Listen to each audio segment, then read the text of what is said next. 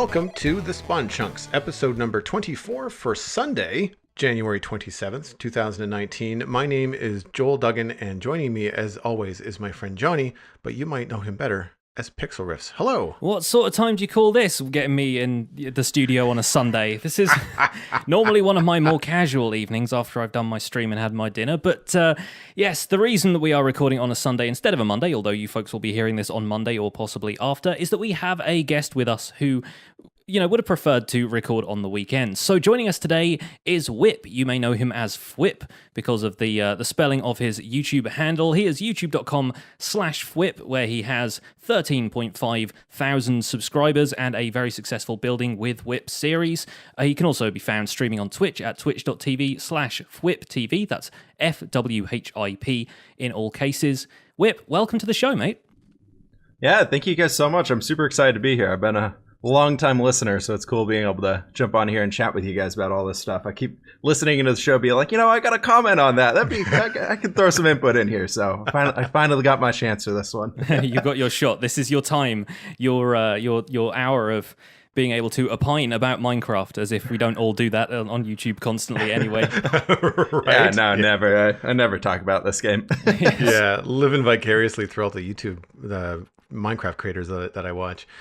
For anybody that's tuning in, this is our very first Roundtable episode. So sometime, would you think, Johnny, it was like November or December when we unlocked this? I think December. I think we just kind of got it at the beginning of December. This is, one of our Patreon milestone goals that we hit. Yeah, so what we're going to do is we're going to turn one of our weekly episodes per month, more than likely the last week of the month, into a roundtable discussion where instead of going through the normal show format, we are going to bring on a guest like fWhip, and we each have brought a topic to discuss later in the show. So the bulk of this episode is going to be dedicated to the discussion, with the news and email taking a slightly smaller, portion than, say, your normal Spawn Chunks episode.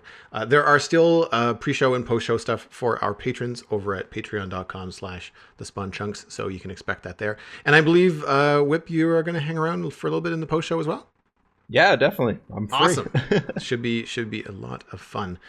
So I have not been up to a lot in Minecraft, but what I have been doing to tease my Twitch stream that I did earlier today is a lot of planning for some Minecraft play on the Realm of Vastin. So I did a stream earlier today where I was doing pixel art, and I was planning out this tree. So it was this really cool mesh of me being able to do my thing, my art thing, and also talk Minecraft. So I was able to talk Minecraft and art in the stream with people, and it was an absolute ton of fun. And I feel much more prepared now to jump into Vastin and tackle this tree. And I have to say, there was some really cool questions and stuff in the chat about art, and I'm curious about this with you guys. Do you use a lot of art for inspiration, or you turn to more Minecraft related stuff? I think historically for me, it's always been a case of looking at other people's Minecraft builds, because I don't know, like maybe I just didn't have the art resources. Like the stuff that you've linked and mentioned in the show about ArtStation and finding concept art and stuff like that has really started to, inspire some cool stuff as far as I'm concerned. But I feel like there are so many artistic people within the Minecraft community that it is possible, while perhaps a little bit limited in scope, to find that kind of inspiration just from the things people have created in Minecraft over the years. You've got a 10-year game, you've got a 10-year sort of lifespan of people using creative and survival mode to create all of these wonderful things.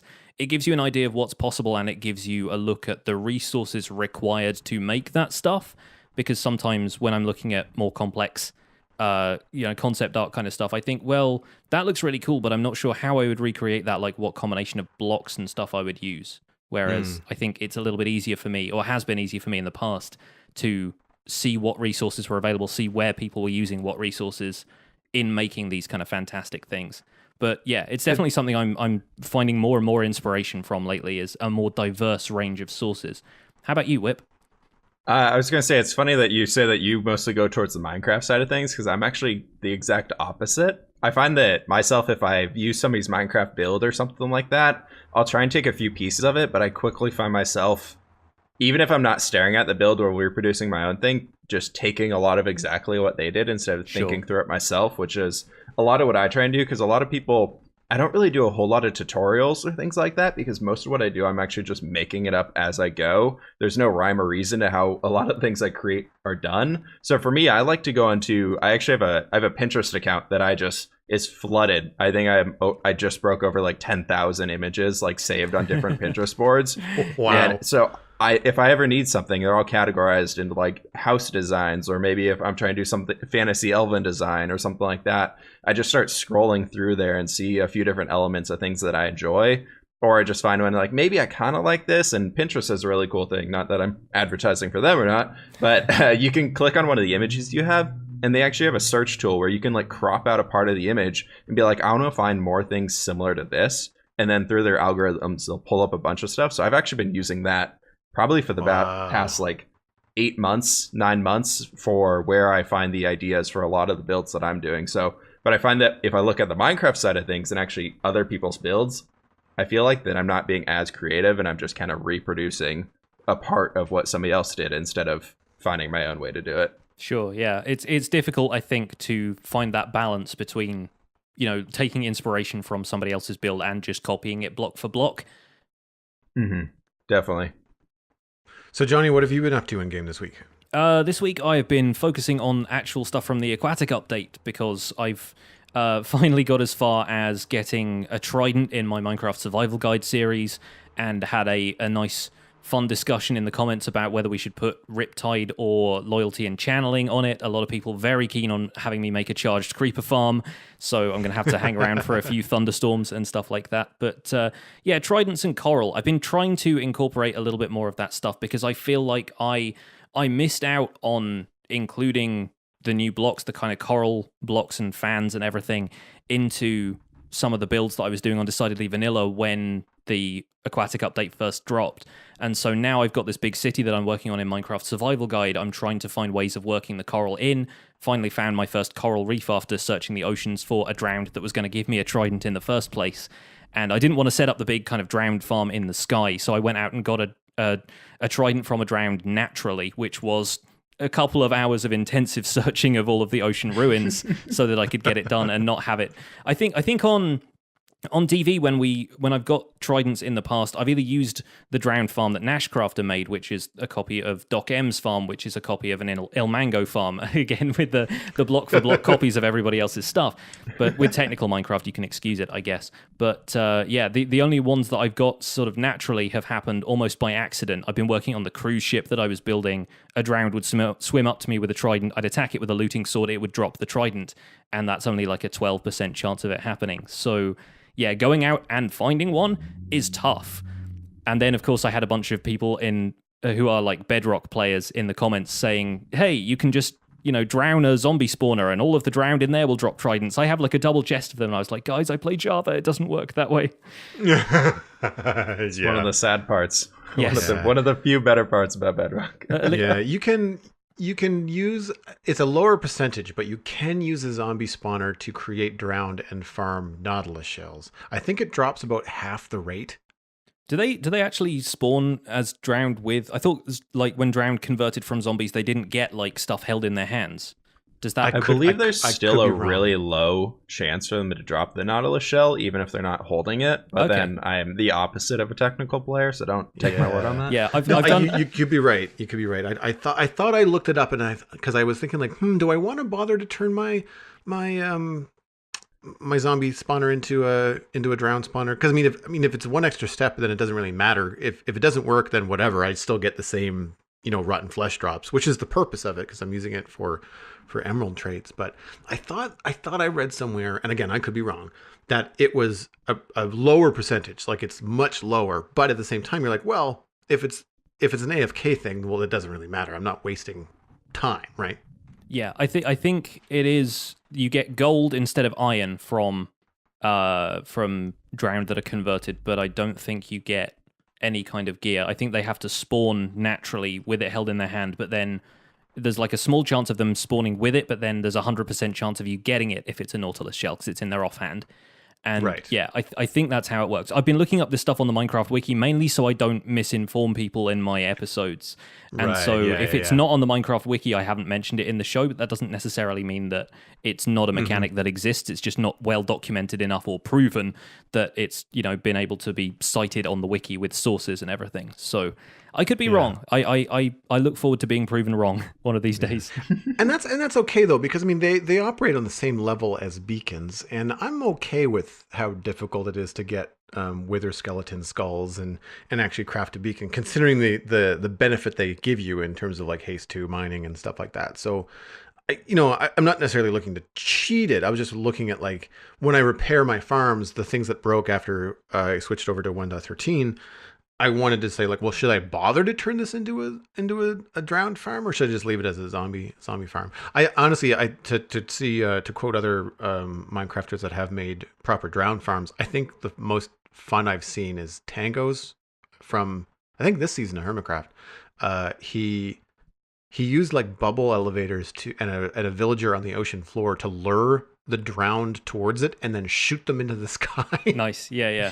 Like it was just the kind of things that you can only see with that kind of play. Like it's completely over the top. Was he the one who made the iron farm built by drowns with tridents killing the iron golems? Yes. Yeah. Okay. Yeah. That one blew my mind. I could not. Yeah. Really, really cool stuff. Whip, what about you? What have you been up to in Minecraft this week? So a lot of what I've been focusing on recently is been working on my castle, my second castle in my survival world, which is kind of like a fantasy wizard themed castle. And it's been a lot of work over the last while. So I'm finally close to finishing it up. This week I'm finished up the last tower design, as well as like the grand, I'm trying to think of the way to, like, the entrance hall area where all like the wizards would be sitting, all the leaders would be sitting in there. So I finished up those areas, and so it's been a lot of just building and placing a bunch of blocks and trying to make some things look unique. So it's cool kind of seeing that project as it's moving to being finished for at least the exterior of it. And so now I'm really just focused on finishing up the last few little bits of like building in the big grand doorways and adding in all the details that I missed along the way, so it actually looks pretty finished. So that's been really fun for me, is working on those things. And then on top of that, I actually, which I promised to my community way back in November, was I finally am getting a server release for my Patreon community starting nice. in the beginning of February. So I'm finally getting things like that done. So I actually got to have the experience this week of, for the first time in I think 2 years now, I was able to jump into a Minecraft world where it was just me, nothing had been done yet, and survive the first few nights alone, which was really fun, being able to kind of go back to that original Minecraft roots of, because it's been so long since I've done that, and simple things that were really interesting along the way that I now take for granted so much is that, like, I was trying to work on building a roof on the house that I was working on, and I kept falling off and taking so much damage because I didn't have the enchantments on my boots, and then also I didn't have ender pearls to get back up to the top of them. So I went back to building the old dirt scaffolding staircases to be able to jump up to the top. But that's pretty much what I've been up to, is just messing around with those things. We get so used to those home comforts, don't we? The home comforts of having like a pair of elytra so you can fly up to something high, or like some ender pearls or whatever. And it's always bizarre when they get taken away. But we were talking about having a fresh start in one of our first episodes of this year. And yeah, it's always kind of fun just getting that thrill of, oh, I'm vulnerable again now, and this game actually feels like a little bit of a challenge for the early stages, when in these really developed worlds we always end up taking that stuff for granted. Yeah. If I was to do a start over again, I think I would enjoy it far more if I did it either with somebody that was brand new to the game, and that was like a new member of the server, or with someone that just doesn't play that often. You know, like they're not an end game player. They're the really casual person on the server that just has popped in from time to time, but popped in after everything was already set up, so they didn't necessarily have to worry about peril, and everything's all very well lit, and there's a lot of buildings to duck into if you get into trouble. So I haven't had that experience, but if I did, I'd like to do that with someone that's just like, oh crap, like what do I do now? Like, I think it'd be kind of fun to experience that through. Yeah, it's funny that you mentioned that. My girlfriend's dad, he actually recently downloaded Minecraft on his iPad. He's never been a gamer at all before in his life. He's been like occasionally, like maybe back when like the original Call of Duty's released, he played those for a little bit. But it's been funny going to like dinners with her family and just like hanging out with them, and all of a sudden, like last last night we met up with them for like an early just dinner to hang out, and he started off instantly just like, hey, I just got to the nether, what do I do here? I love that. I love that so much. I love people who are just awesome. like, so can I talk to you about this Minecraft thing, because I'm getting really far and I don't know what to do. And I'm like, yes, my people, talk to me. So good. That's amazing. And I'll be sure to send him your way, Pix. Oh yeah, you'll have to keep us updated on his progress too, because I'm really excited whenever like just individual people like that who don't normally play games, but for whatever reason Minecraft draws them in. And yeah, this stuff is fascinating to me. So yeah, let us know how he gets on when he's beaten the Ender Dragon for the first time. Come talk to us again, because that would be fantastic. He's been playing on the Bedrock edition since he's on his iPad. So I keep trying to be like, oh, you can do these things. Like he was like, there's all these sunken ships out in the water. How can I get out there without drowning? Like I don't have a. So I was telling him about enchantments. He was like, wait, that's too far above me. Like I don't have any diamonds yet. I don't have anything. And I was like, oh well. What I do is when I don't have that stuff is I take a door with me and I just place that on the ground and it creates an air pocket and then you can breathe in there. Apparently that doesn't work on Bedrock. Yeah, I think doors can be waterlogged on Bedrock, I think. Yeah, so I told him this thing and I was like, yeah, just swim down there, take your little oak door with you and plop it up right there. And he gets down there and he's at like one bubble left and we're all hanging out there and he puts the door down and no air appears, and he's just like, "You lied to me." You lied to me. He ended up just drowning and dying. He was just like, "I trusted you. You're the one who plays this game." I'm like, "I'm sorry." So I think he's picking up the Java edition so that I can actually help him out. Yeah, can you imagine the live action reenactment of that as a funny YouTube video of this person on the ocean floor grabbing a door and opening and shutting it underwater with nothing happening? They're wondering with panic, why is nothing? Why can't I breathe? Jeez, oh, too funny. Well, we in the last week or so, we had a very small update. Actually, it was a day late. The Snapshot 18W14A, sorry, 19W14A, correct? That's a typo on my part in the show notes. Sorry, 19W04A/B, because we had a second update for bug fixes and so forth. Yeah. So moving on to the news, Johnny, you had a couple of thoughts about what came out with the new Snapshot. Yeah, the main highlight of this one was the Stonecutter having functionality. There were bug fixes and stuff like that, but we're slowly starting to see these blocks kind of fill in their actual uses. We had this with the cartography table before, now we've got it with the Stonecutter, and it's fun. It doesn't replace the crafting table for these recipes, but it allows easy and sometimes even cheaper crafting of slabs, stairs, and stone bricks from stone-type blocks. This doesn't work for wood, so if you try and put wood in there, it's not going to give you a wooden stair or anything like that. It's only for stone-type stuff. And some people on the Reddit were even suggesting, like, maybe you could change it to be a cutting table so that it worked more consistently for other materials. But the interesting thing about this for me is not only is it bulk crafting through a different crafting interface, but it allows one-to-one crafting for stuff like stairs. So no longer do people have to put in 6 stair blocks into a crafting interface to only get 4 stairs out. You can put 1 block of stone brick in and remove 1 block of a stone brick stair. And that to me is fascinating because it's changing really like long-established things about the ratio of what blocks you get for what in the game, which is really quite interesting to me. Have you guys had a chance to check out the Snapshot, or at least like take a look at the functionality, and what do you guys think of it?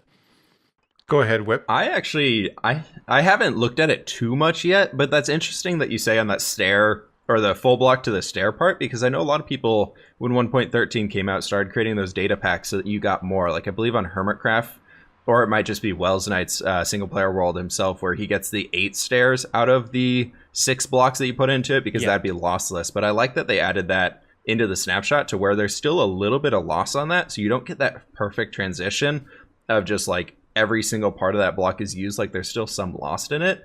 I'm a little concerned with where it's going with this one, though. I don't really know how to feel about a lot of these new blocks. I hope it means there's going to be a lot more things, like more, because for example the quartz pillar block that we have with all those like the vertical lines that are just so cool, like you could use a lot of those pillar designs in a lot of places if we had like a stone version of it. So I'm hoping that means down the road that the Stonecutter will allow more intricate designs into like the different types of stone blocks that we can get, because right now we have the chiseled stone, but we don't really have any other decorative blocks, and a lot of what I do involves a lot of stone to it because I'm more medieval fantasy focused. Yeah. So I don't like that bright white quartz pillar there. But if I had a version of that was like made out of stone, I would use that all the time. So I'm kind of hopeful that maybe something like that'll be added down the road. Well, to add a little fuel to your conspiracy theory, the interface for the stone cutter has a scroll bar, and yet there's not enough recipes in it for any of the existing stone blocks to warrant a scroll bar. There's maybe 6, and there's certainly room for 12 plus the scroll. So that to me actually means that maybe we might get some additional block details that you can't get another way. I like the idea of not just having a pillar kind of design like a quartz pillar, but a cap. I can't remember what they're called, and this is like my a newel cap.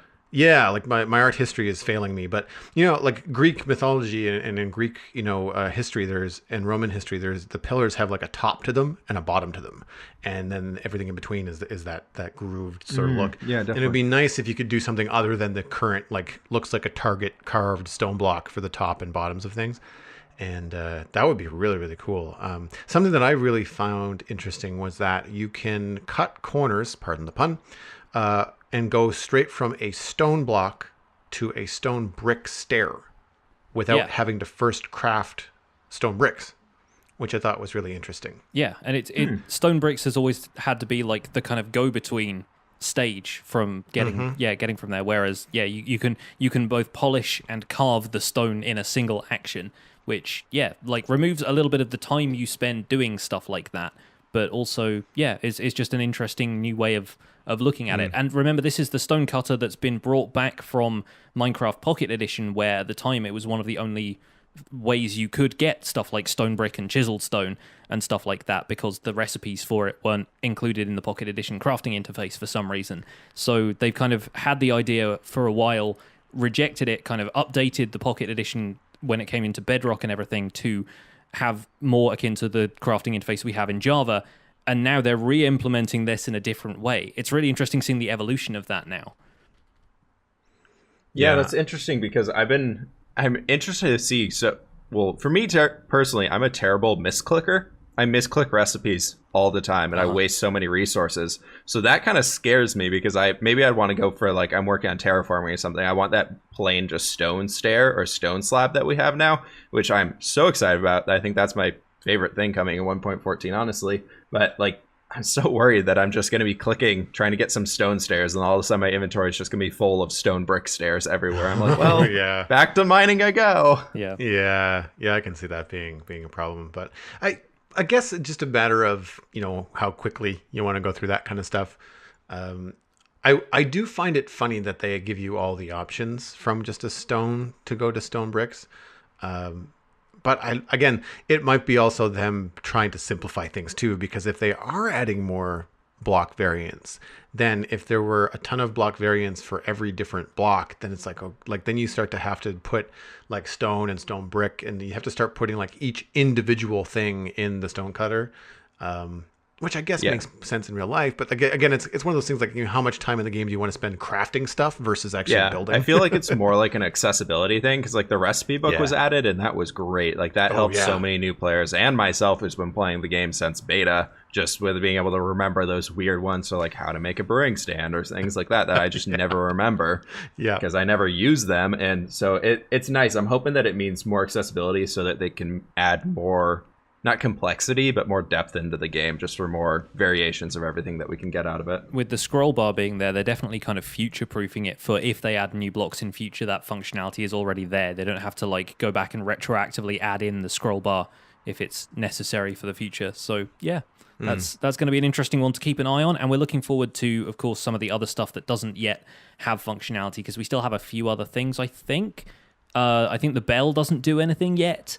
I mean, it rings, but that's about it. Like, there's still a couple of those things that they've added recently we have yet to get a follow through on, even though we have Smithing table. Yes. Smithing table. Yeah, that's what I'm excited to hear about. Yeah, really curious. Yes. Well, we can move on into the chunk mail. We had a number of people write in with questions related to having fWhip on the show this week.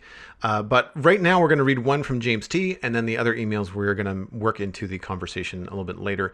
So James wrote in and said, "Hi, Joel, Pixlriffs, and Whip. I really enjoy listening to the Spawn Chunks podcast while grinding for resources. Recently, I am having trouble with a castle I am building. It seemed very plunked down on the land. My question for Whip: what tips do you have for blending builds into the landscape? Thank you for making a good, clean content show, and keep up the good work." Well, thanks very much for the email, James. And Whip, what do you think? What kind of tips can you give James? And he actually sent a photo as well, which is fantastic, people. If you're writing in and you've got a specific build question for like Johnny or myself or a guest, then sending a screen cap is an excellent idea. So Whip, take her away. What advice do you have for James? So for this type of stuff, I kind of think in two different styles for here. One probably will be one more familiar to what everybody's seen. I kind of consider this like the theme park design. I know a lot of people like Scar over on Hermitcraft use this everywhere. So when you're actually inside your build, you feel very much inside the build. But then when you're outside, you're just kind of looking into it. So you kind of hide everything on the exterior into the background.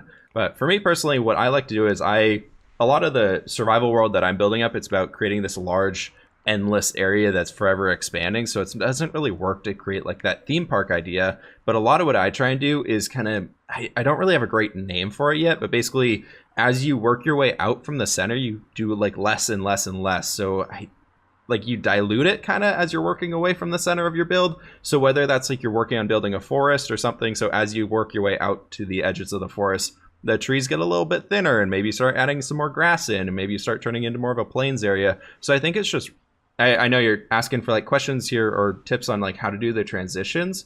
And a lot of the way that I try and think about it is just what would be the in-between of those two areas. So like I was talking about, the forest and the plains are connecting. You kind of want to ease the trees out of the forest a little bit. But that also goes for like working in like a city. On the outside of your cities, you're going to have a few houses for the villages and maybe the farmers. And a great way to like, for me personally, that I find for bordering castles and bordering areas like that is I just try and clear cut and chop down all the trees in the surrounding area and turn it into a farmland area. And then that actually looks pretty natural in comparison to everything else, because if you look at like medieval castles in like history and things like that, the areas around them were pretty cut down for all the trees. So it kind of helps with creating that natural, more realistic approach to it as well. Just when in doubt, I think you can either go with Corrales said and add bushes everywhere and add your bushes in. Or for me personally, I find just adding giant wheat fields everywhere does pretty much the same job there. Leaves were going to be the first thing I suggested when I had a chance to chip in. Like, I think leaves really do go well to dressing stuff up. Even stuff like dirt and grass blocks around the outside of something. If your castle is just flat on a completely flat field of grass, to me, that's what seems unnatural, because if you have like the technology that you're thinking about when people are building castles in medieval times, they didn't have like earth movers and things that they could flatten, so they had to build the castles with whatever terrain they had. So like if a section of a castle is like down 10 feet from one other section of a castle, like if it's like the terrain isn't going to be a completely flat structure, then they just had to work with that. So, you know, if a castle is built on a hill, half of it is going to be like halfway down the slope, you know? And I think that's working with the topography and not completely flattening out an area. If you give yourself room to build, take down those trees, fine. But I feel like just completely flattening out the entire space around it is what ends up making those builds just feel very much like they've been plopped down there. You know, kind of building off of that, what you were saying with the hill. A lot of when I'm actually trying to build something and choosing a location to build things in, which I'm actually touching on a video coming out where I'm talking about like what I do for building villages and how to do those things. But anyways, I always try and place things on top of a hill or next to a river, just so that they make kind of more sense. If I can get both of them, that's even better and more perfect. But then it just looks more natural, because if like, for me, a lot of things are about making it like pseudo realistic. It's Minecraft after all, so it can't be completely realistic. But I always try and make it look like, okay, if this was like a medieval world, like where would the city here be positioned? And typically like, okay, on top of a hill, because that's a little bit more defensible against anything else. So yeah, I've been watching too much Duke on Red One over my time as a Minecraft player. So everything I lean towards is how can I defend the area? Yeah, it makes sense though, because castles were built to be defensible. They were built on top of hills so that they could see for miles around, and also so they could see what their subjects were doing. They could make sure that the peasants were toiling the land, and if you build a castle on a river, then that castle is probably owned by somebody who basically owns that waterway and is taxing people who come through with various goods on like barges and stuff. So like there's a purpose behind all of that, and that's the reason you see a lot of castles being, you know, having been built that way in throughout history, especially here in the UK. There's so many castles, not necessarily in this area, but there's a bunch of castles that I've been to up north that are just like basically on the top of a hill, and they can see until the next like county. Basically, they're just massive like rolling hills and just views as far as the eye can see, because that was their dominion. They like to look out over their kingdom. Something that I would suggest, because everything I would agree with everything that you guys have just said, but not just the landscape, but I find that a lot of stuff I see popping up in Minecraft Reddit and things like that, the builds just go straight down into the ground. And even if the ground is not flat, the build itself is still flat. And anything that's a tower or a wall is going to have some sort of reinforced foot to it. So if it's a big, heavy structure, it's going to need a wider base so it doesn't crumble and fall over. So I think like lining, even something as simple as lining the base of your build with some stairs, or maybe a 2-high block kind of lining, anything to make the bottom of a tower or the bottom of a gate look more substantial, I think is also going to make the build feel more planted. It's similar to drawing a character where you've got really tiny feet and they look like they're going to fall over. But if a big, strong, heroic character is going to have more sturdy boots, you know, and stronger legs. So if you have a castle and it's got, you know, little feet, then it's going to look weird. Whereas if you have a stronger base to it, I think you might have some more luck there. But thanks so much for writing in, and thanks for the screenshot. It looks good so far. It looks like there's a symbol on one of the towers. It's really, really cool. That kind of hanging banner sort of thing they've got on each of the sides. Yeah, I like the idea of building larger banners than the 2-block tie ones that we can craft in Minecraft. I like having kind of big wool standards on the side of buildings like that. It really adds some character. So yeah, good job. It looks great so far. Can't wait to see more from you. Vertical carpets, Mojang. We want vertical carpets. Oh, yes, please. Well, that a lot brings of vertical things.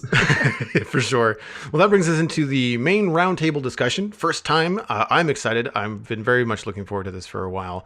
And I think because we have a guest, it would be the best thing to do would be to let Whip go first. So you have a topic that you'd like to throw around the table, my friend. What would you like to discuss? Yeah, so a lot of things, as myself personally, I'm a builder. A lot of things I've talked about so far is all about building. I don't understand what redstone does at all. So the topic that I wanted to bring today was I've been working on a big city build and also a farming area and a castle recently, and all those things have different elements to them.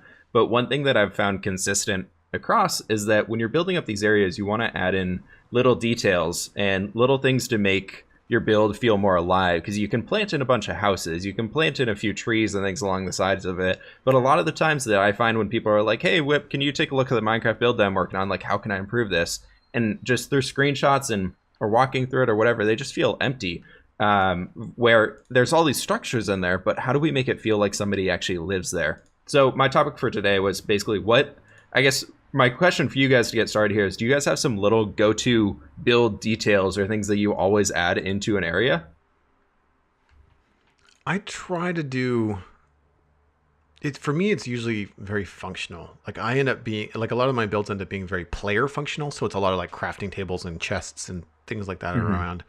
I default to bushes and paths, I guess, but I really struggle with any kind of like interior stuff. And I know, even just like hearing you say it, I'm thinking about the Citadel and Dartmouth Meadows, and there's no like wagons along the path. There's no camps or any kind of like little spots, like even just little campfires, like as you're going from one place to another. And probably something I'm overlooking. But I find that those smaller details, Minecraft tends to not be very good at. And that's why I tend to shy away from it. Johnny, do you have anything that you go into in terms of details for like decorating around a town? I really like doing interiors I have done for a while. I feel like lately I've shied away from them because a lot of the stuff that I've been building has been there's like a redstone farm or like some kind of technical build in there that I'm just trying to enclose within a house. And so when I build the facade for it, it doesn't really have any room inside for this is actually someone's house. But when I built my farmhouse on Minecraft Survival Guide, one of the first things I did was an example video for a sort of interior decoration. And I was like, okay, we can build a kind of kitchen area here, and the room is divided up a little bit. And then there's a seating area. There's a sort of almost lounge area with some place that people are going to be sitting down and eating. I think you can apply the same sort of thinking to when people are going to be walking around a city build. There's got to be benches and stuff for people to sit and like have their lunch or just sit and watch the other people go by. There are always going to be social areas, meeting areas and stuff like that. And that's what lends a feeling of being lived in for me, is like the idea of society, the idea that there are places where people can gather. And even if there aren't necessarily any people around, like some people have been suggesting once I've finished building the city that I'm working on to like move a bunch of villagers in. And obviously the problem then is you get zombie sieges and it's not very easy to deal with. But yeah, I think one of the things that makes things feel lived in, even if there aren't people around, is implying that there are people by giving places for them to be. Stuff that doesn't just have to have a function or to be a structure. The things that aren't structures is probably the best way of putting it. Yeah, you have to dot stuff around, like a pile of hay and this is unfortunate where I feel like sometimes custom texture packs go a long way where vanilla Minecraft sometimes comes up short is like I have a pack, and forgive me, Whip, I don't know whether it's yours or whether it's Germsy Boys that has this, but the note block is a crate. Yeah, I think we both have it. Yeah. And so if I remember correctly. And so the default note block, well, yes, you could put it down and it sort of looks like a crate. And if it's in the I always thought the default one looks a little bit more like a crab pot than a crate for some reason. Okay. I've always wanted to put it on the docks. I've seen them more on docks. Yeah, like I've seen them more on docks in YouTube videos and stuff like that. And suspension of disbelief, like I can kind of get there. But it's so much nicer when it actually looks like a crate. And it's one of those things where you've got all these wood blocks and all these abilities to craft like trapdoors in Minecraft, and yet you can't make something that is a block. It's not going to add any extra functionality. Then we've got barrels are coming, so that's going to help. Yeah, I was going to say barrels are going to really bring more life into those city areas. Yeah. I would say the one thing that I've always wanted to add to the meadows that I haven't yet is a well. And I feel like when you start to add things like that, like wells and docks and like you had mentioned in response to James's email about having it, a castle kind of in the middle of nowhere is kind of weird. It's the same thing with houses. Like, people don't build their house as far away from wood, food, and water as they possibly can. Like, they tend to build a lot closer to that kind of stuff. So I find like putting in roads and having those kind of things around help. But I am the worst person for interiors, guys. Like, I like everything about it. If you at least put a block in there, you're doing more than me. Oh man, like a flower pot with a posy in it, and you're like, all right, that's it. That's someone was here once and they put a flower inside. Although I'm excited about the campfire, I think that's going to help with adding a little bit of life to the inside of stuff. And although I also say it not just visually. I've been experiencing a lot of really cool things on Vastin. I discovered this today when I logged in just to take a screenshot. And I walked over to the main entrance near the coast. And I think I've mentioned this before on the show where there's a command block that plays tavern noises in the town square when you walk close enough to it. Well, they've added another one. And now when you're close enough to the main entrance, it plays seagull noises.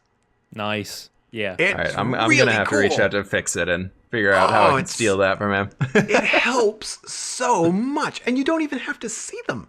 But like, I live in the Maritimes. I hear seagulls. I instantly know exactly what they look like. I know, like, I feel like I'm on the coast.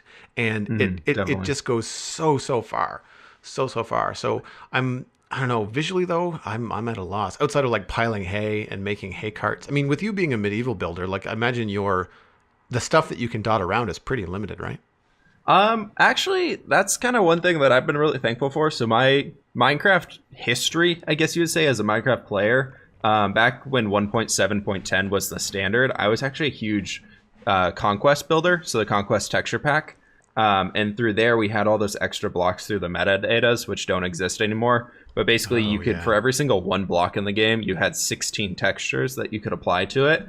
and you could cycle that through whatever you wanted. So we had a bunch of things available to us. So people in there got super creative in coming up with some unique designs for things. Like a few things that I'd wrote down here was like carts, which you guys had mentioned, but like simple things as like market stalls, adding little veggie gardens to like the corners of houses, like sitting areas like benches in the park.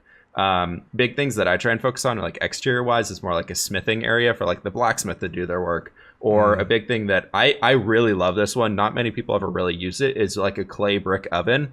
Because like most of the time people don't really, I feel like, include ways that like they get a lot of the resources. Like you have your blacksmith where you get your iron tools and all those things. We might have a lumber camp and a lumber mill, or we might have a windmill. But like, how do we get all the building resources? Like adding in the little quarries, adding in a stonemason who maybe turns that stone into the stone brick, or like the little clay brick ovens, which you can make designs for those without even any metadata. It's just using full block stairs and slabs in like a 3x3 area, which is really cool. So that's stuff that I've always had a lot of fun with, like messing with what can I use to... A big thing I try and go for is every single person that lives in my city, whatever I'm doing, they need to have some sort of profession. So we're going to have this house over here. And in the medieval worlds, a lot of times the people who own that house also serves as their place of work. So what is it that is going to be on the first floor of the house is most likely their storefront, whatever they're working on, or maybe that's what leads into their outside work shed or something like that. Or maybe that's like attached to the building under an overhang, but it's like, what is in that area that can clearly, without a sign on the building, represent what the person is doing? Because one thing I hate throwing on the front of the building is just like, this is the blacksmith, without, maybe I'll do like some road signs where I'll put an item frame and put like a iron pickaxe or an iron axe or something like in there to represent that this dude like makes tools. Or maybe we'll put like an armor stand full of armor in the window or something like that. But I still want to be able to tell that story without actually having to physically write anything down, if that kind of makes sense. Yeah, for sure. It's as easy as like saying this person who lives here is a baker and then just putting a cake in the front window, and you're like, yep, okay, that's very clearly a bakery from the outside. And from there you can add in details like, you know, you're using the kind of cake top colors, so you've got red and white everywhere, and maybe blend that for pink so that it looks like a kind of sweet treats kind of bakery with like the and then front throw a big chimney coming out the side of it, and you got your baker's oven too. Yeah. I don't do enough with banners. I don't do enough with Minecraft banners because I have seen some cool stuff, and it's default. Like it is something everybody has access to if you have the patience to figure out, which way to dye things in order to get the banner to look the right way. But I should really do more of it, and hopefully the new, is it Loom? Is the block? The Loom. Yeah. We'll make that a little bit more accessible to people, because I think that also goes a long way. I remember back when Alistair first joined the Citadel, he went and did, I think he did like an American, a British, and a Canadian flag, because at the time it was myself, him, and Mattcast that were playing the most on the server, and him being from Britain, also in Canada, me being Canadian, and Mattcast being American. He just made these banners after looking them up online and gave them to us, and I hung it on the back of my cabin and didn't think too much of it, but whenever I walk by the back of the cabin, it just adds that little bit of flavor. It's like, oh yeah, right, it's a Canadian cabin, So I'm wondering if more stuff like that is coming, because a lot of the stuff that you mentioned, Whip, is all either metadata or like sub-block. Like they're very unique items. It's not necessarily something that you make out of existing Minecraft blocks. Yeah, a lot of it that I try and do is just coming up with a few little things that I try and keep everything within like a 3x3 or a 5x5 area, and be like, can I turn this into something that looks like what I want it to be in the end? Might use a lot of imagination to get there, but yeah. Something that I picked up when I started watching your series ages ago, when you were first building your desert town, and it's narrow alleyways, and I find that so much Minecraft stuff is either go big or go home, and so I find that streets and I say streets, but like roads and paths and things, because Minecraft tends to lean medieval, are often very, very wide, and I find that even just having narrow alleyways, despite the fact that you're never going to go down them, but when you walk by them, I think alleyways add a lot of life. Like it feels like access. Like it feels like this was here because people needed to go down that way. I don't have to go down that way, but people needed to go down that way. Do you have any tips for building like really close together like that? Like, is it something you do on purpose, or is it something that you have any set of rules for that kind of stuff? I try and keep one central location for all of the builds I'm doing, and try and keep everything pretty much as cramped and as close as everything is in there. As far as the streets and road designs go, I try and keep within a village, for example. I try and keep those main roads being like 3 to 5 blocks wide, and like the alleyways or the passages in between the houses, just so that you can kind of tell that it's not really a main roadway. Is I try and keep those maybe 1 to 2, maybe 3 blocks wide. But also a big thing that can really sell that idea is if you have your main road with a bunch of gravel and cobblestone in it, maybe have that slowly disperse down those side alleyways, but then down those alleyways have it mostly be like coarse dirt and maybe a little bit of gravel, so that it really feels like a side pathway. Just through a lot of the materials that like the player's walking on, you can actually like drive which direction that they actually explore through your town, for example, when they're like coming around to check everything out. And having that like crunch of gravel underfoot, and like even the sound effects changing in the background can really change the ambience of where you're going. You're like, okay, it's clearly a little bit rougher here because it's going under my feet instead of like the really kind of neat tapping on stone brick or whatever else you built your main road system out of. Also, if you have like the roofs overhanging over the alleyway and you don't have a whole lot of gravel in there, maybe it looks like the rain runoff is coming down and just soaking that area, so that there's not a whole lot of stone in there. It's basically just muddy dirt as you're walking through to get to the next area. So, Well, speaking of a lot of these little details, we had an email from Fixit, and he writes to say, "Hello, question for Whip. So far, you have 2 castles in your single-player world. What do you think about when you try to make them different? What have you learned from the first castle that you are carrying forward to the second?" A lot of the castle, actually, if you look at the different bits and pieces between the two of them, there's actually a lot of similarities between it. Like taking the front gate houses, for example, on both 2 castles, like you kind of have that central main gateway, and then there's 2 kind of spires off to the sides, making that gatehouse design. But a lot of what I learned about the first one is really where I tried to define a lot of ideas and kind of play with the height and the different levels of the build and make it look like it's building up as you're walking around throughout the castle. So a lot of that one is more about as you enter in through the main castle gate. That one was supposed to be very much focused on defense and like holding this strong area, because it's built on a river or a sea passageway, I guess, that connects the main large ocean in my Minecraft world over to this inner sea area. That's the only entrance into that, and that actually comes into the port area for the big city that I'm building. So the first castle I built was really built up as this one that was supposed to be really defending the region, where the second one that I've been building has been the wizard castle, and that's more been like a fantasy castle / university type thing. So I've been trying to make it look a lot more about like open grand entrance areas, a lot more of a magical feel, and more like a place where students could be able to live in there and be practicing their trade of being a magician or whatever they're doing in there, and communing with their other people inside of there. So it's much more of a friendly environment of come on inside, come on, sit down on one of the benches in the center area, stare at the gardens around, and kind of enjoy your experience in there. Whereas the first one was supposed to kind of be this more big, imposing castle that grows as you walk into the castle. As you walk through every single little gate, I think there's 4 or 5 of them getting up into the palace area. You kind of enter through this area and it just feels more grand and imposing, and more like things are looking over you, and there could if you're like an attacker coming into the first castle, Castle Bleakrock, you could easily see like up into these areas where there could be guards or archers standing up on the edges of the buildings in there, and they could be aiming down at you and watching whatever you're doing, which was kind of that idea that I was trying to go for there. It was very much more defense focused instead of more grand, wow, this place just looks really cool and amazing, like the Wizard Castle. I really like the kind of, you're going for impressive, but with 2 different kind of undertones to it. Like the Wizard one seems kind of impressive as in like, wow, I'd love to go and like study here. And the other one is impressive as if to say like, we're the top dog, don't mess with us. I like that. Yeah, more or less. That's pretty cool. That's pretty cool. And it's interesting that you can carry that feeling from one thing to another. Mm-hmm. It's amazing what you can do in Minecraft, because if you look at the builds, minus the roof textures and the colors of it, because my first castle is all red roof, so it's very much just red and darker colors. And then the Wizard Castle is very much lighter blues and much lighter and more happier colors. And it's just, even with just that change right there, it's just the whole atmosphere of everything around it just is completely revamped and totally different. I think I was actually...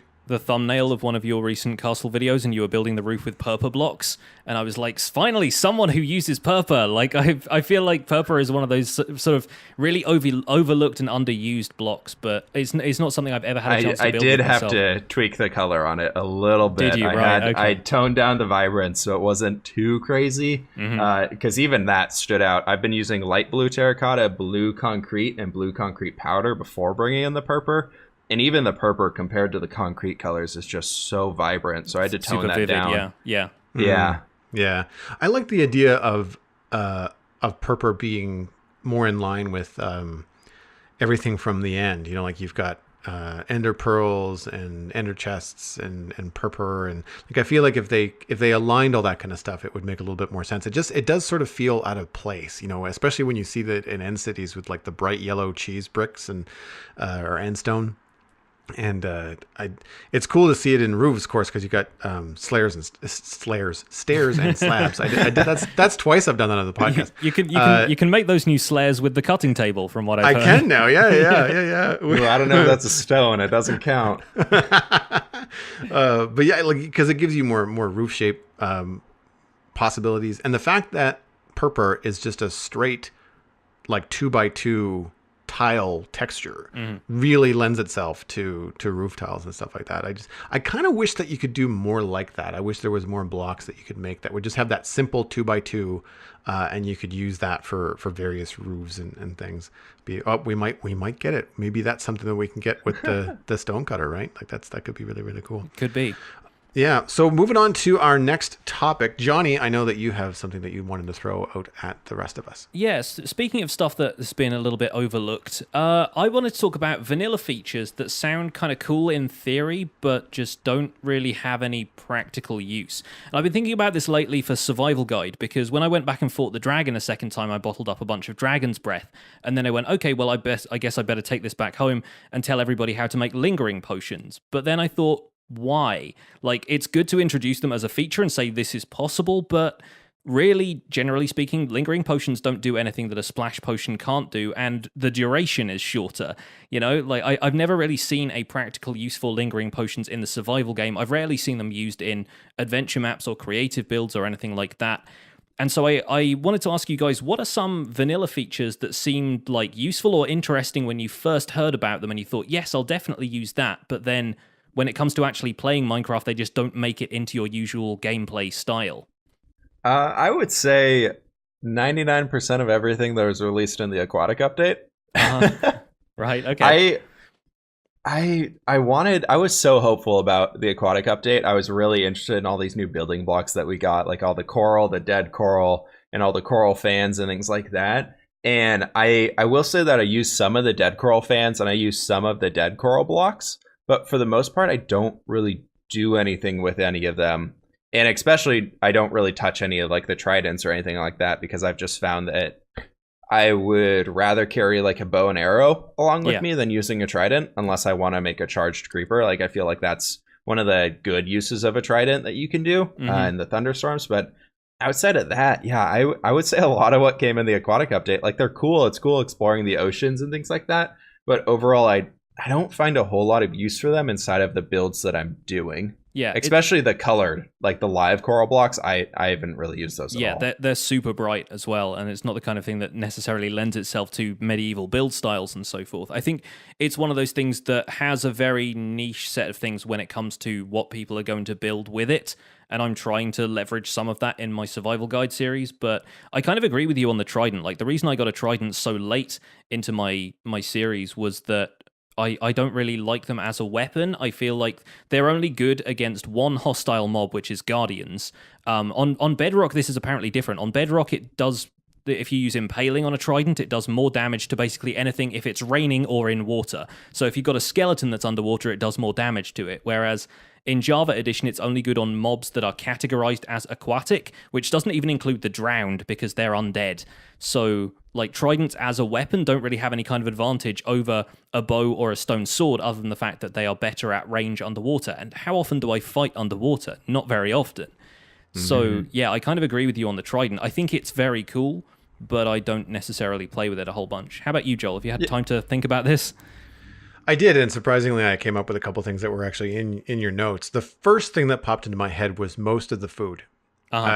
It's cool that you can get a little bit extra saturation from like a beef steak compared to like a chicken, but chicken auto cookers are just so easy to set up. Yeah. And Alistair and I were just talking about this the other day because I've been taking some time and I wanted to learn a little bit more about pixel art. So I've been retexturing some of the crops in Minecraft because it's the kind of thing that I can retexture. It's going to make my world feel better to me and my little eye twitch is going to stop, but it's not going to break for anybody that's walking by. Like they're just going to see default potatoes and default beetroot and not have it affect my build. So it's food. Like there's pumpkin pie, there's cookies, there's all these different things that you can make in the game. And I never bother because there's no benefit to it other than just like a little bit of extra saturation. And I get so much chicken from this one cooker that we set up almost a year ago and we never have to look back. So I feel like that's a little bit overlooked, and I wish there was more of a benefit to them, whether it's, we talked a little bit about having a coffee effect in the game last week and having a quicker, shorter burst of energy compared to a swiftness potion. And I feel like maybe not coffee, but you could maybe have strength, or you could have really good saturation effects, like the kind of things like people will save up or try to craft some golden apples for the dragon fight or for a wither boss fight. Well, if you could do more like that, if you could have better things that were just regular food, then I think it would drive more interesting I guess crop farms and gameplay at that level. It's interesting that you bring up the idea with like the food giving buffs, because I was actually thinking about the same thing last night. We were just chilling at home playing Stardew Valley and sitting on the couch, and we've been trying to go through the skull mines, if you guys are familiar with that game. Joel just got Stardew Valley recently, but don't spoil too much for him because he hasn't I haven't started playing yet. I keep on meaning to get to it, but life keeps on getting in the way. Yeah, basically it's a really difficult place, and a lot of the foods that you can make in that game, the reason for having different types of foods is that they give you different buffs. So last night we were doing some research, reading through the wiki there, seeing like, okay, if we brought in these 3 different types of foods, they all give us a 5-minute buff of like +3 to your defense, or like +3 to your attack, or extra looting, or extra magnet range, or things like that. And I feel like if they added that into maybe on top of the existing foods that we have in Minecraft, because I feel like these don't really need to change too much, but it'd be an interesting idea to make it so that like instead of just I don't have to eat again for another 10 extra seconds because the saturation's a little bit stronger, like have an actual reason for the buffs, and that could play in so like a tiny beacon that's portable with you if you had enough of the different types of food. Yeah, and it doesn't have to be something realistic. Like it could be something like, if you make a certain potion with is it the wither rose is one of the new flowers in the game? This is what they're trying to do with the suspicious stew that they're adding, where you can add a flower to mushroom stew and it creates like a really short potion effect. But the potion effect is so short as to almost be negligible, and I think the problem as well is that they're doing it with every single potion effect a lot of the time. It's the same problem I have with tipped arrows. Like I don't need to shoot an arrow of healing at anything because all it's doing is less damage.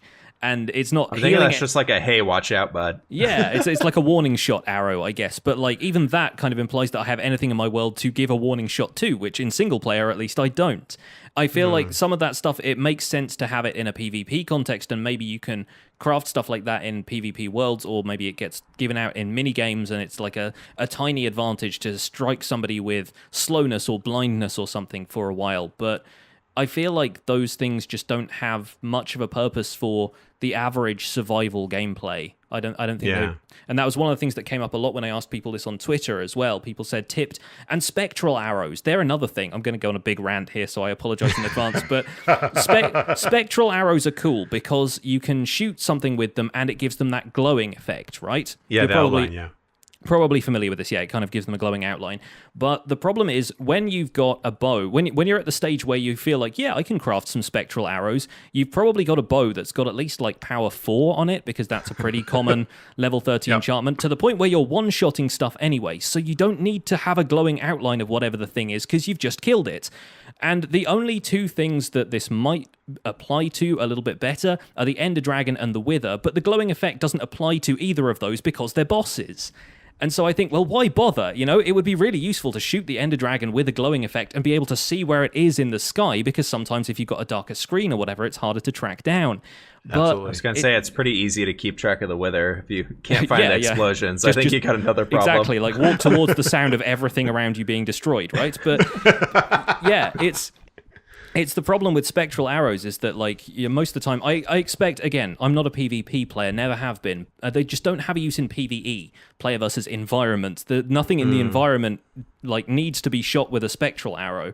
And so I feel like they only exist to give the glow effect a survival context so that the people who do stuff with it in map making and creative builds can do something more fun with it.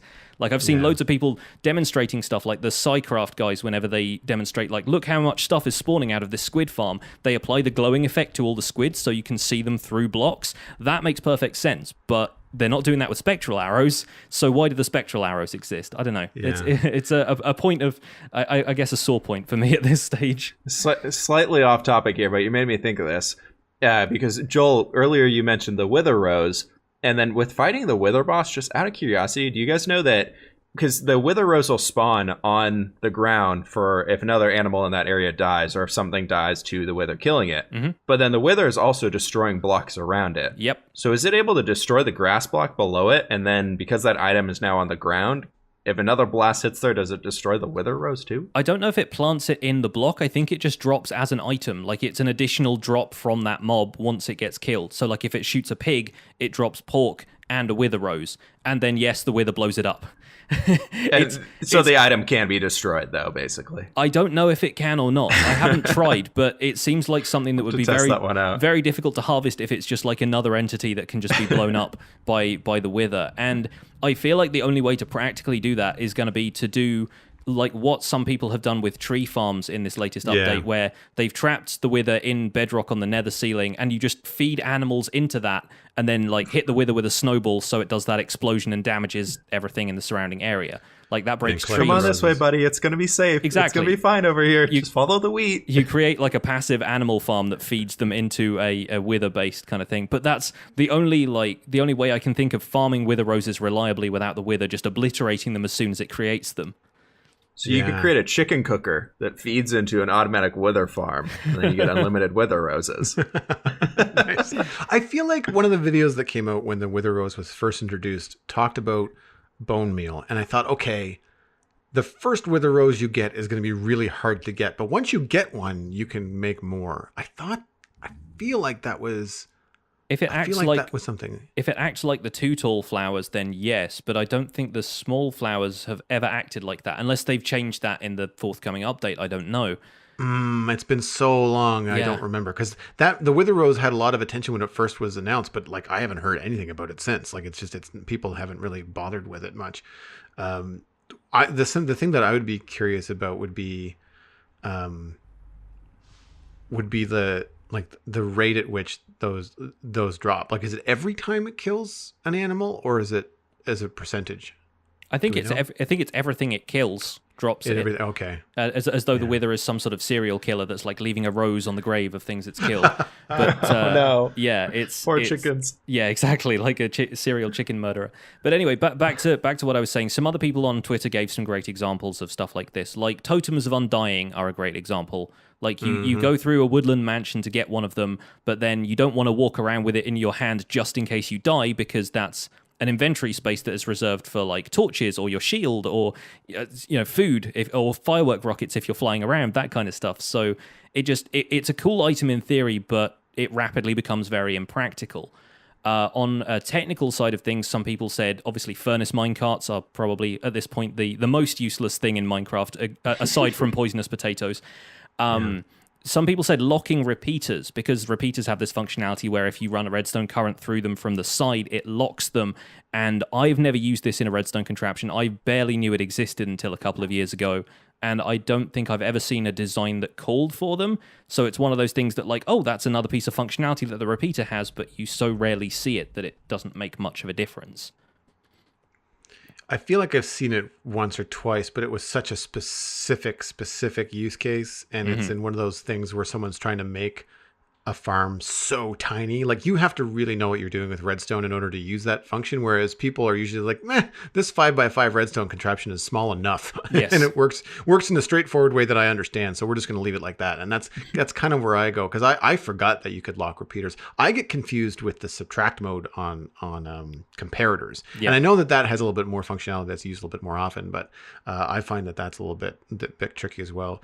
The other thing that pops into my mind is gold tools, because I've been people know that I don't like the diamond tools, so I've been retexturing them, and I was talking with some folks in our Discord about this, and I also thought, what could I do that could be fun for gold tools? Like, not necessarily functional. I'm not going to use them because they're going to disappear in a heartbeat. But like, there's something in the game that is like, you never make them because there's no need for them. But what could I replace them with? Like, what cool thing could I walk around with if I wanted to do a little bit of RP, or if I wanted to just add something decorative? We have the armor stand data pack on the Citadel, and I wanted to think about the kind of things that you might want to put for those small little details for, interiors. And I remember seeing somewhere, I think it was on Hermitcraft, they put a shovel in an armor stand's hand and made it look like the shovel had been stuck in the dirt. How you can leave it standing vertically. And I thought, well, that would be great, but what if I turned a golden pickaxe into a rake, or turn it into something that looked a little bit more like a proper tool, or a kitchen utensil, and have that be something around. And I'm wondering if why the golden tools are even in the game, because they're so useless. Yeah, gold tools were definitely another thing that came up. But even after that, some people gave some answers that were stuff that I use regularly all the time. Like, somebody said ender pearls. And sure, ender pearls might not come into everybody's survival gameplay, but I use ender pearls all the time. Not for transport. I think that's maybe the thing that they were thinking. Ender pearls are used to go long distances. I never used them to go a long distance away. I always use them to just get up to the roof of whatever it is I'm building, so I don't have to waste a firework on flying up there. Minecarts and shields came up quite a lot as well, and I feel like shields are something that I still use habitually, even if I've got full protection diamond armor. I don't necessarily need to. I still carry a shield around me because it's a way I can not take a hit on my armor. So obviously this is going to be different strokes for different folks, and it's been really interesting digesting people's responses to this and seeing what features work and what doesn't. I feel like there are some that are a bit more universal. I mean, things like tipped arrows and, like rabbit stew. Nobody makes that anymore. People said riding pigs as well, which I thought was a good one. Like, there have been horses, there are minecarts, there's elytra, there's so many other ways to get around. Nobody rides on a pig anymore except, to be ridiculous. But, wasn't it Pixel Brew over on the Realm of Astion, like, transport from the old region to the new region riding a pig, went like 30,000 blocks or something like that, and said he was never going to get on a pig again. It's the Minecraft equivalent of a fun run. It's like doing a marathon dressed in a silly costume. You do it because you feel like it, not because it's practical. Yeah. Mm-hmm. Yeah. I know that during the Mojang event earlier this year that they were talking about in the dev panel afterwards, they were talking about hopefully someday overhauling minecarts. Yeah. And I wish they would get to that, because I feel like it's a big oversight. Like, I remember using them in the first world that I made, but once you have elytra, then you just don't care. You just make your tunnels in the nether big enough to fly through, and it's just so much faster. Unless you're doing something that's lore-based, where you're actually creating like a minecart system that's meant to look like it works. Yeah, and minecarts for player transport, maybe not. Minecarts for mob transport and stuff, sometimes that's one of the most practical ways to do it. So, of course, whatever overhaul they eventually implement, I really hope it keeps mob movement in mind, because I don't want to just be moving stuff around in boats, especially if it doesn't hurt me while I'm sailing. Well, we should probably move on to your discussion topic, Joel, while we have the time, because we're in danger of running a little long here. Yeah, so one of the things that I wanted to talk about, it's a little bit more broad. It is something to do with being overwhelmed by tasks and projects in Minecraft. So when inspiration strikes for a huge build, or something that could involve everything from terraforming to like custom textures, I find it can be a little overwhelming. Recently, I made the decision to expand the Citadel and come up with some different zones or dimensions, inspired very much by some of my visits to the Vastin Dimensions server. The idea is that we've kind of got this aesthetic happening in the Dartmouth Meadows portion of the Citadel, and sometimes people are in the mood to build modern houses, and sometimes they're in the mood to build wizard towers, and it doesn't always fit. So I thought we'd create these zones. And one of the first things I came up with was a sci-fi zone, something that's like completely not medieval Minecraft, really break the mold, do something different. And I go down the rabbit hole of creative stuff and end up finding a texture pack that I think is really cool, realizing it's not perfect, and thinking about all the different things that I would want to change. And all of a sudden, this idea for fun is more work than I had ever intended it to be. Oh, yeah. And I don't know where to start. So what I wanted to ask you guys is, when it comes to big projects, I mean, especially with you, Whip, on the show, and actually, I mean, Johnny, you're doing a big city build now too. Like, when you are first faced with a big build, whether it's a town or a biome or a feature, how do you approach the overwhelm? So we'll start with you, Whip. Like, how do you approach that overwhelm of like, oh my gosh, this is going to be hundreds of hours, or, you know, I don't even have the right blocks for this. Like, where do you start? Yeah, so I think if you guys are familiar with the custom biome project that I've been working on, that probably fits the mold for this perfectly. And for those who don't know, I've been stupidly trying to build an entire custom mountain range in Minecraft. It's sitting above a swamp biome, so obviously there's no hills or anything to build off on top of that. And currently at this point, I'm above 200,000 dirt blocks placed, and I'm above 150,000 stone blocks placed, and about 40,000 snow blocks placed. So it's pretty massive at this point, and I would say for the end goal I have of that project, I'm about 20% of the way done. Maybe. Wow. It's gonna be a big absolute madman over here. Like, yeah, it's but looking at it taking shape, it's just so fascinating. I'd love to hear more about that. Definitely. So a lot of how I first envisioned this one is I break everything up into small itty bitty little parts. If I don't have the general idea in mind for that specific part at that given time, I just kind of focus on something else. So something that I always go into, and what I'm a big proponent of in for every Minecraft build, is break it up into little parts. For the castles I've been working on, for example, like the wizard castle, I broke it up into the main gate, then I had 4 main towers. In between each of those towers, I had another small section into there of like the crossovers, whatever they be, the feast hall, the grand hall, just these little library rooms. There's all different parts of them. So it was like, okay, today we're going to focus on, we're not going to focus on the castle. We're going to focus on this tower of the castle. So that it breaks it down into something that's manageable. And then taking that back over into the terrain build that I've been working on.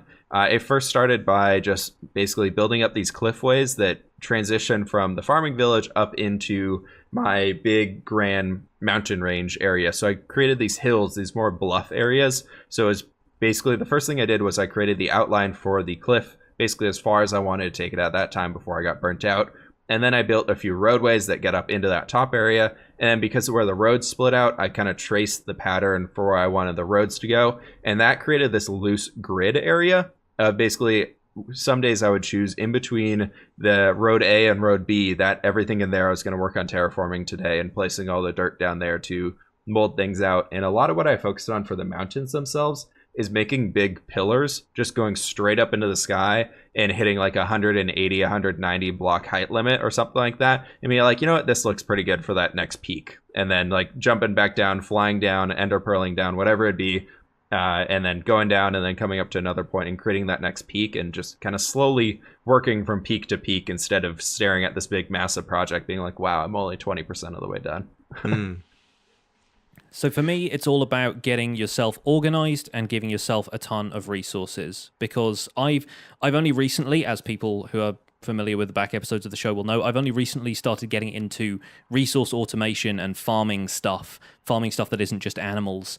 And I think for me, one of the biggest things when it comes to establishing a world and getting started on a big project is having all of those resources at your disposal, so you don't have to stop in the middle of what you're doing to go out and mine some more.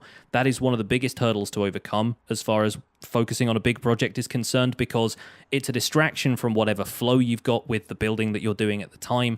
And then, you know, you've always got to keep going back for more. Whereas if you've got like a massive beacon mine and then you can just bring all of the stone up to the surface in shulker boxes and you've just got stone for days, you've got more stone than you know what to do with, that's a good place to be in. It's as close to creative mode as you're going to get in survival, because you've got virtually unlimited blocks. And I think that's where the creativity starts flowing, is removing the limitations of having to acquire those resources for yourself. And then It's wireframing stuff. It's figuring out what buildings are going to go where, and then giving yourselves the shapes of those buildings to start off with, so you can feel out what a space looks like and know where you want to make changes. I think that's one of the episodes I'm going to do in the Minecraft Survival Guide this week, is start to wireframe out a lot of the builds that I want to do in my town, just so I know where stuff is going, and so I can get a feeling for each individual structure before I start to build up the walls and the roofs and everything. It's just about placement of everything first. And like Whip says, break it down into lots of little tasks like that. And it sounds almost like wireframing is sort of what you're doing with building these pillars. It's kind of like you're creating a wireframe and you're kind of connecting things together, and you're like, okay, now all I have to do is just fill in for the next... Basically what I do is I go all the way up with that pillar, and then I jump all the way back down, and wherever I'm at, I try and make a diagonal line that would get me up to that point. Sure. I found that if I go like straight in line with it and just go straight directly up to that thing, the peak actually turns out pretty boring. Mm-hmm. But if I offset and move over like 10 blocks and like try and make that diagonal line up to the top of it, it seems to look a lot more natural in the end, because I'm kind of forcing these diagonals to work together. But one interesting thing I was going to say, for you building up your city, and anybody who's building up cities, one thing that I've found has helped me a lot back when I was playing creative, but it can also easily come into survival, is every time that you finish up a building, until you're all the way done with the city, like you can see the roofs and things like that. But what I found was actually if you put a glowstone block and a little bit of a pillar of like a few like orange pieces of wool or something like that, is like a little exclamation point above every building. It's like, hey, look, I got this one done. Hey, look, I got this one done. So as your city kind of grows, you can actually track your progress by seeing how many exclamation points are popping up above every single one of the builds. And it's actually, I found it was a pretty useful way. And then you can have like different colors for being like, hey, I still need to do the interior on this one. If it's red, it's not fully done yet or something. It's kind of like positive reinforcement as well. You're just kind of taking off like, yep, this one's done, put a cap on it, and, you know. Definitely. Something taken off the checklist. I like that. I would be really forever looking for the quest from the non-existent NPC that's in that building from my Warcraft Just keep days. looking. Like, he's in there, I swear. He's in there, yeah. So for me, I have found that I've decided that I'm a planner. I am not so much someone that can shoot from the hip, unless I'm doing landscaping. Landscaping is something I could do in game, no problem. But when it's a big build like my Nether hub that we did on the Citadel and the current monster tree that I'm attempting on Bastion, the only reason I even signed up to that tree, by the way, is that I have server mates that will be able to help. Like I'm not going at it alone. So I know that there's going to be some help in that regard. But I went into Photoshop, and people will comment on Twitch and be like, I couldn't draw like that, and you come up with those lines, blah blah blah. And I would say you don't have to know how to draw, because something that's nice about Minecraft is that it's going to put everything in a straight line for you. So very similar, doing pixel art, you just have to be able to click a mouse. You don't necessarily have to be able to draw a line. As long as you can do math, then you can come up with some decent shapes. And even if it's enough to plan out your city and then have an idea of like, oh, it's 130 blocks wide by 200 blocks deep or whatever. And then if you're in your world and you realize, oh, the section that I had picked out for this is actually too small, that's good to know ahead of time. And I find sometimes using a pixel art programs, Photoshop, or even, MS Paint, whatever you got, or really cheap, graph paper at the dollar store. Like, just go get some colored pencils and a piece of graph paper. And I find that it helps a lot, especially with technical builds. When I was first learning how to do spawner collection and spawner farms, I would just map out the spawner. It's only 16 blocks. You'd be able to figure out what your radius was, figure out where you need to stand, all just by drawing a couple of things on graph paper, and tracing those lines. And I found that was really, really helpful for me. But I tend to do for 3D objects, or not 3D, but for organic objects. So not necessarily castles and things, but this giant tree, I tend to approach it like I would approach designing, a character, whereas that you think about it from one angle and you think about it from another, and you just kind of draw the curves, like draw the outside edges. Don't worry about the inside. Don't worry about the texture. That's the kind of stuff that you're going to want to have to do for fun in Minecraft. And as Whip mentioned earlier, it's a lot of trial and error, right? Like you're putting down blocks and you're changing things. But for me, it's more about getting the outline sorted out. And it helps if you're on a team too. If you're not by yourself, then once you have the outlines of something done, then you can tell everybody, hey, dig here, or, fill in here, and we can worry about stuff later. And I think that things come together a little bit faster. And that does lead me into our last email today. And that comes from Cosmic Dancer, who is an ore producer in our Discord. And she says, hi guys, my question for Whip. What is your process for completing big buildings and landscape projects? Do you plan them out in creative or do you just go for it? Do you have any advice for a Minecraft player who currently builds quite small scale but would like to try something bigger at some point? So I think we covered the second question already, but that first question about, building stuff in creative, I'm curious because I know that I plan out on paper, but that's because I'm an artist and that's kind of like my natural go-to. So Whip, where do you plan your builds? Are you a big creative person or do you just do it live in survival? I will plan probably maybe 1 in every 10 builds over in my creative little super flat test world. And typically, if anything, that is just building the front facade of the building just to get a general idea of what blocks I want to be using for it. But a lot of the way that I go for planning the big builds and the big landscapes is actually similar to what you guys are saying about drawing them out on paper. But what I do is I hop into my spectator account, turn my chunk render distance up about as high as my computer can handle it, and just fly straight up into the sky, look straight down, and just take a screenshot of that after everything's loaded in, like 20 minutes later when all those chunks are loaded in.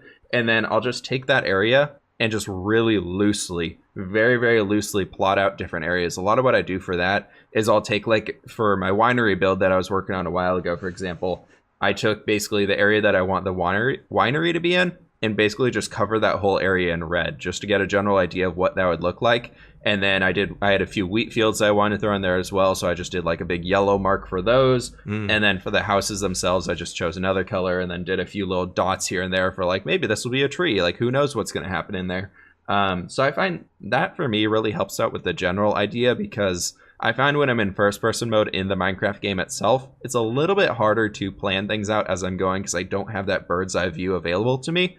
So typically beforehand, I'll go kind of sketch up a very rough design. Typically that's not the final copy. It's not even close to what that design was in the end, within reason, of course. But a lot of what I do is just take that screenshot, doodle over it quickly in Photoshop, and then jump in game and try and reproduce it while briefly looking at it on like a side monitor or something like that, or tabbing over to it.